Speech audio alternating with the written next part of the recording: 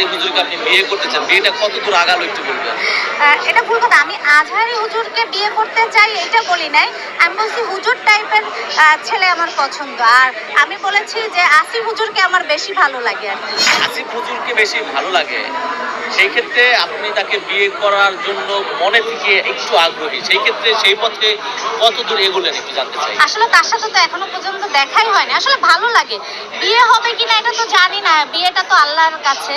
তো বিয়ে যদি হয় আল্লাহ যার সাথে লিখেছে তার সাথেই বিয়ে হবে আরকি। আচ্ছা, আসিফ হুজুর তো বিবাহিত নাকি অবিবাহিত?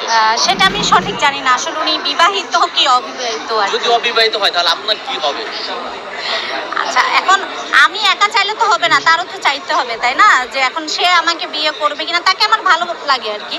আর ওইভাবে আসলে আমি দেখি নাই যে হাজবেন্ড হিসাবে তাকে আমি বিয়ে মানে গ্রহণ করব কি না। আমি বলেছি হুজুর টাইপের ছেলে আমার পছন্দ। আর স্পেশালি আসিফ হুজুরকে আমার এমনি ভালো লাগে, দেখতেও নাকি অনেক সুন্দর লাগে। প্রত্যেকটা নারীর একটি করে স্বপ্নের পুরুষ থাকতে পারে, এটি স্বাভাবিক। সেদিক থেকে আমরা বুঝতে পারলাম আসিফ হুজুর হচ্ছে আপনার স্বপ্নের পুরুষ। তাকে নিয়ে আসলে ভবিষ্যতে কি কি পরিকল্পনা সাজিয়ে রেখেছেন যদি বলতেন?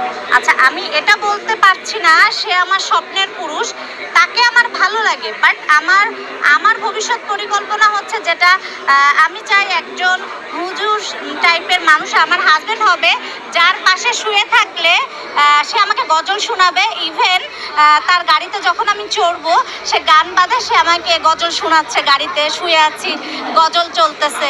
এটা আমার ইচ্ছা যে এরকম মানুষ পাঁচ ওয়াক্ত নামাজ পড়বে। আসলে হুজুর বললে তো আর হুজুর হয় না। টুপি মাথায় দিলে পাঁচ ওয়াক্ত নামাজ পড়লে হজ করলে তো হুজুর হয় না, বাট সবাই তো এরকম না।